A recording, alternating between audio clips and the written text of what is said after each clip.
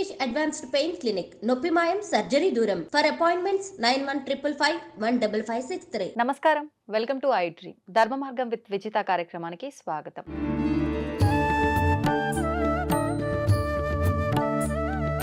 మనందరం కూడా వింటూ ఉంటాం పురాణాల్లో ఒక పురాణం గరుడ పురాణం అని చెప్పి. అసలు ఏంటి గరుడ పురాణం? గరుడ పురాణం ప్రకారం మనం ఏదైతే తప్పులు చేస్తున్నామో, అధర్మంగా ప్రవర్తిస్తున్నామో వాటిని అనుసరించే మనకు గరుడ పురాణంలో ఏదైతే రాసిందో అది ఏంటి అంటే శిక్షలు. మనం చేసే తప్పులకి ఒక్కొక్క తప్పుకి ఒక్కొక్క శిక్ష అని చెప్పి ఉంది అని వింటుంటాం. నిజంగా ఇదంతా నిజమేనా? గరుడ పురాణంలో నిజంగా ఇవే రాసున్నాయా? ఇలాంటి మరిన్ని విషయాలు ఇప్పుడు మనం అడిగి తెలుసుకుందాం. ప్రస్తుతం నాతో పాటు ఉన్నారు వేద పండితులు శ్రీరామ్ చిర్రావూరి గారు. ఇప్పుడు వారితో మాట్లాడి తెలుసుకుందాం.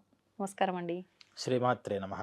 గరుడ పురాణం అయితే మనకు చాలా మంది చెప్తూ ఉంటారు, మనం చేసే తప్పులను బట్టి మనకి ఏదైతే శిక్షలు పడాలో అవన్నీ కూడా గరుడ పురాణంలో క్లియర్గా రాసుంటుంది అని చెప్పి. ఇంకొకటి చనిపోయిన వారి దగ్గర మనకు ఏదైతే భగవద్గీత వినిపిస్తుంటారో, ప్లే చేస్తుంటారో అసలు చేయాల్సింది గరుడ పురాణం గురించి చెప్పాలి అని చెప్పి కూడా కొన్ని సందర్భాల్లో వింటుంటాం. అసలు ఏంటండి గరుడ పురాణం గురించి తెలియచేయండి. వ్యాస మహర్షి 18 పురాణాలని రచించారు. ఈ 18 పురాణాలకి మళ్ళీ ఇంకో ఉప పురాణాలని ఇంకో 18 రచించారు. ఈ 18 పురాణాలలో ఒక పురాణం గరుడ పురాణం. అంటే ఈ పురాణాలు వ్యాసుడు ఎందుకు రచించవలసి వచ్చింది అంటే, పూర్వం పురాణ జ్ఞానం ఏదైతే ఉందో అదంతా వేదంలో చెప్పబడిన విషయాలే. వేదానికి బాగా కనెక్ట్ అయ్యే మనుషులు ఉండేవారు, అంత ఆయుష్ ఉండేది. కాబట్టి డైరెక్ట్గా వాళ్ళు వేదాల్లోనే వేదాధ్యయనం ద్వారా వేదాలు చదవడం వల్ల తెలిసేవి. కానీ మరి కలియుగంలో మన ఆయుష్యే 120 సంవత్సరాలు. కానీ 120 ఎవరు బ్రతకట్లేదు. ఈ బ్రతికే దాంట్లో అంత జ్ఞానాన్ని తెలుసుకోవాలన్నా కష్టం. అది కూడా రా మెటీరియల్లో ఉంటుంది. వేదంలో ఉన్నటువంటి జ్ఞానం అది అర్థం కావడం కష్టం. అందుకని ఏం చేశారంటే, చక్కగా ఒక కథారూపంగా ఉన్నటువంటి ఆఖ్యాయికలోని వేదంలో ఎక్కడైతే ఉన్నాయో అవన్నిటినీ తీసుకొచ్చి సమకూర్చి ఒక చక్కటి విషయాన్ని ప్రతిపాదన చేశారు. అదే పురాణాలు. వీటిల్లో ఒక పురాణం గరుడ పురాణం. గరుడ పురాణం ఎప్పుడు జరిగింది అంటే, ఇది విష్ణుమూర్తి సాక్షాత్తు గరుత్మంతుడికి చెప్పిన విషయంగా వ్యాసుల వారు రచించారు. అంటే ఏవో వేదాలలో సాక్షాత్తు వేదమంతా కూడా భగవంతుడి యొక్క వాక్యాలే కదా, అవన్నీ భగవత్ స్వరూపం. ఇంకా చెప్పాలంటే అలా గరుత్మంతుడు దర్శించినటువంటి వేద మంత్రాలు అని మనం అనుకోవచ్చు. ఆ మంత్రాలు యొక్క సారాంశాన్ని తీసుకొచ్చి కథారూపంగా తీసుకొచ్చారు. దాంట్లో ధర్మాలు కూడా ఉంటాయి. అయితే అందరూ ఏమనుకుంటారంటే గరుడ పురాణం అంటే ఏదో చిన్నగా ఉంటుంది, దాంట్లో ఓన్లీ శిక్షలు మాత్రమే చెప్పబడతాయి ఇంకోటి అని ఒక ఉంది. అంటే మెయిన్ దాంట్లో ఉన్నటువంటి కంటెంట్ మనం చూస్తే కళ్ళు తిరిగి పడిపోతాం. అంటే మొత్తం 3 కాండలు దాంట్లో ఉన్నాయి. మొదటిది ఆచారకాండ అని. అంటే మనం ఏం ఆచరించాలి అనేది ఉంటుందా? మనం ఆచరణ ఎలా ఉండాలి, అసలు మనకి ఏ కష్టానికి ఏ పరిహారం చేసుకుంటే ఆ కష్టం దూరం అవుతుంది, అసలు ఆ కష్టానికి గల కారణం ఏమిటి, మన పాపాలు అంటాంగా. అవునండి. ఇలా ప్రతి వ్రతాలు అన్నీ చెప్పుకుంటూ వెళ్ళారు. ఒకటి కాదు. దాంట్లో విషం కనుక వస్తే, ఏదైనా క్రిమికీటకాలు వస్తే ఆ విషాన్ని ఎలా పరిహరించుకోవాలి అనే విషయాలతో సహితంగా 240 అధ్యాయాల్లో చెప్పారు ఆచారకాండ. ఇదంతా కూడా పూర్వఖండం అంటారు. ఉత్తరఖండం అంటే సెకండ్ హాఫ్. దాంట్లో మళ్ళీ 2 కాండలు ఉన్నాయి. ఒకటి ప్రేతకాండ, దీన్ని ప్రేతకల్పం అంటారు. అలాగే బ్రహ్మకాండ అని.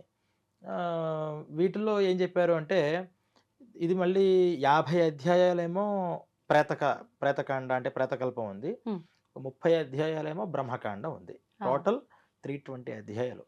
ఈ ప్రేతకాండలో ఏముంటాయి? ప్రేతకాండలో మనిషి, ప్రేత అంటే ఏంటి, గమనిస్తూ వెళుతూ ఉండేవాడు. అంటే ఒక ఎప్పటిదాకా తన శరీరంలో, ఇప్పుడు ఒక శరీరం ఉంది, అతని పేరు ఏంటి, అతను అడ్రస్ ఎక్కడ ఏంటి చెప్పగలుగుతాం. కానీ ప్రేతకి అడ్రస్ ఉండదు. అది ఏ అడ్రస్ లేనివాడు అని. అడ్రస్ లేనివాడికి ప్రేత అని పేరు. ఆ ప్రేత అనేటటువంటి వాడు అసలు ప్రేతగా ఎలా మారతాడు అంటే, మరణించిన తర్వాత మరణం ఎలా ఉంటుంది, తన ఆత్మ అంటే మనలో కూడా ఉంటుంది ఆత్మ. కరెక్ట్ వర్డ్ ప్రేత. ప్రేత అనేది కరెక్ట్. ఆత్మ అంటే మరి మనలో ఉన్నది కూడా ఆత్మే. అది ప్రత్యేకంగా ఆత్మ అంటాం. ఆత్మ ఒక దగ్గర తిరుగుతూ గాలిలో కనిపించదు కదా, దాన్ని ప్రేత అని పిలిచారు. అందుకని ఈ మనిషి ఇప్పటిదాకా బ్రతికి ఇక్కడి నుంచి మరణించేటప్పుడు తన యొక్క స్థితి ఎలా ఉంటుంది, మరణించిన తర్వాత ఏం జరుగుతోంది, అసలు అక్కడ ఆయన మరణిస్తుంటే ఇక్కడ పితృకార్యాలు జరుగుతుంటే దీనికి దానికి లింక్ ఎలా ఉంటుంది, అసలు యమపురి అనేటటువంటి నరకం ఏదైతే ఉందో అక్కడికి వెళ్ళే మార్గం ఎలా ఉంటుంది, అక్కడ శిక్షలు ఎలా ఉంటాయి, ఏ తప్పులకి ఏ శిక్షలు అనేటటువంటి ఆ ప్రేత కల్పనలో చెప్పారు. ఇది ఎన్ని అధ్యాయాలు? 50 అధ్యాయాలు. కానీ ముందర 240 ఉన్నాయి, తర్వాత 30 ఉన్నాయి. దాంట్లో ఉన్నటువంటిది ఇది. అయితే ఈ చెప్పినటువంటి ఈ విషయాలు ఈ 50 అధ్యాయాలనే పట్టుకుని ఇదే గరుడ పురాణం అని అనుకుంటున్నారు చాలా మంది. గరుడ పురాణం చిన్న పుస్తకం కాదు, అది చాలా పెద్ద పుస్తకం. ఎవరైనా చదవచ్చా అండి? అర్థం చేసుకోగలుగుతారా? మిగతా 18 పురాణాలు ఎలాగైతే మనం మార్కండేయ పురాణం, దేవి భాగవతం, అగ్ని పురాణం, మత్స్య పురాణం ఎలాగైతే పూజిస్తూ ఇంట్లో పెట్టుకుంటున్నామో ఈ గరుడ పురాణం కూడా ఇంట్లో ఉండాలి, ప్రతి ఒక్కళ్ళు చదవాలి. చదివితే అర్థం అవ్వడం కోసమే వ్యాసుల వారు రాశారు. అయితే ఆ సంస్కృత శ్లోకాలు ఉంటాయి, మనకు అవన్నీ అర్థం కావు చాలా మందికి. అందుకని దానికి తెలుగు తాత్పర్యాలు కూడా రాశారు, పండితులు రాసినవి ఉన్నాయి. తర్వాత కొంతమంది రాస్తున్నారు, కానీ అన్ని మరి దాంట్లో కరెక్ట్ గా ఉండవు.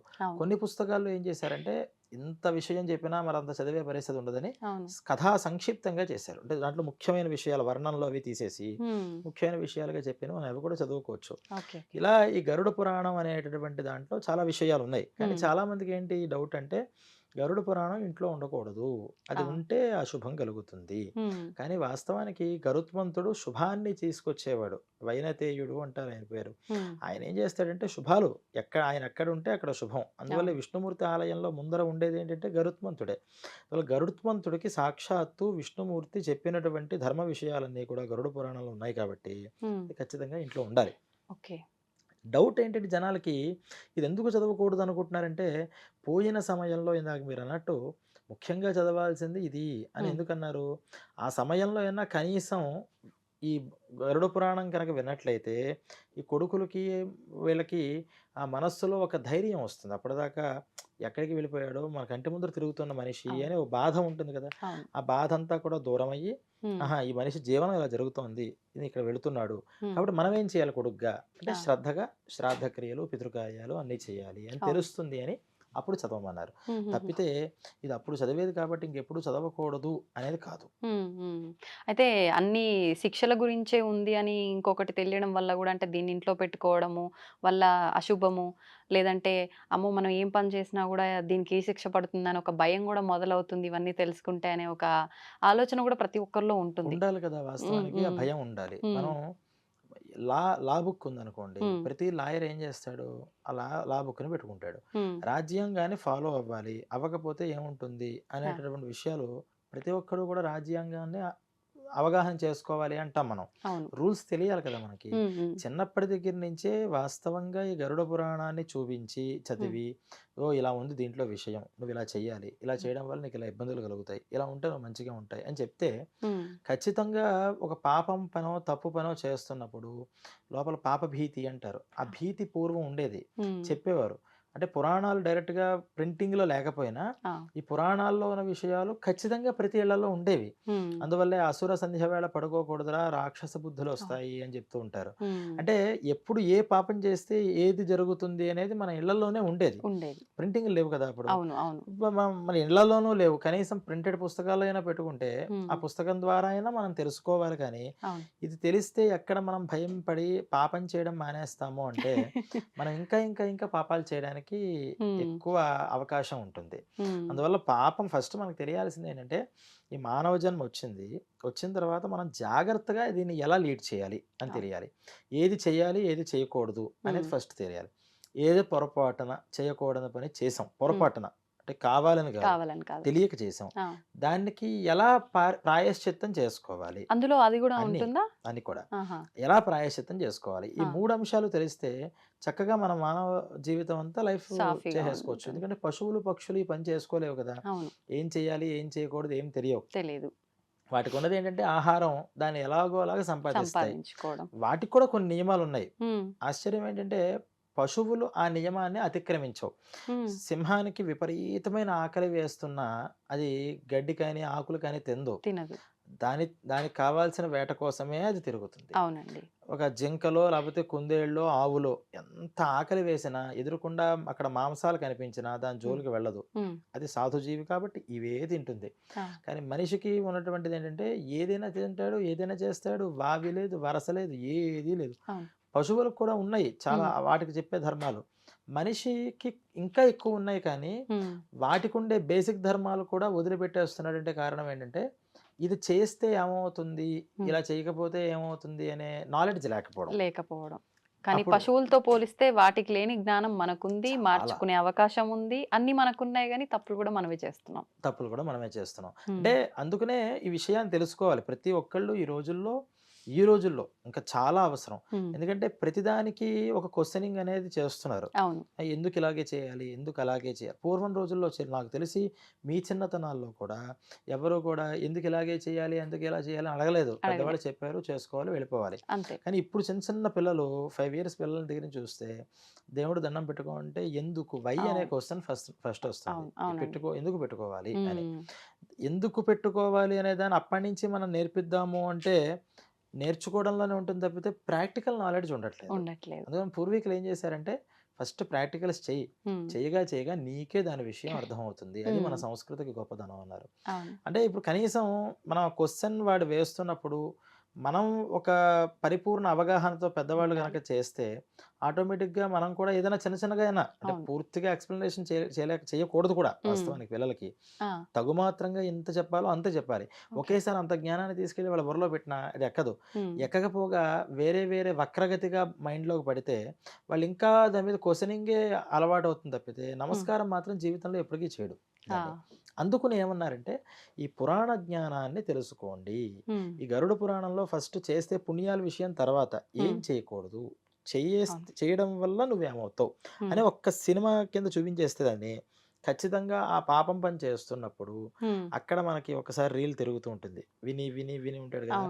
కాబట్టి ఎంతటి పాపం చేయాల్సిన అగత్య పరిస్థితుల్లో అయినా సరే కొంచెం ఇంత వద్దులే మనం తగ్గిద్దాం అని ఒక సెకండ్ అంటే పాపం చేసే పని ఒక సెకండ్ ఆలోచిస్తే పాపం పని జరగదు. అంతే. ఆ నిమిషంలో ఆలోచన స్తబ్దమైపోయి మారిపోయి రాంగ్ స్టెప్ పడిపోతుంది. తర్వాత ప్రతి ఒక్కళ్ళు చాలా మంది బాధపడతారు. ఎంత మర్డర్ చేసేవాళ్ళైనా 100కి 99% ఒక్కడు అది కూడా రిలీజ్ అవ్వడు. కానీ 99% మంది నువ్వు కొంచెం కంట్రోల్ చేసుకుంటే బాగుండేది, అనవసరంగా చంపేశానే అని తర్వాత అయినా అనుకుంటాడు. ఆ క్షణం కాలం మనకి ఈ విషయాల్ని ఈ పురాణాలని తెలుసుకోవడం వల్ల మనకు కలుగుతుంది.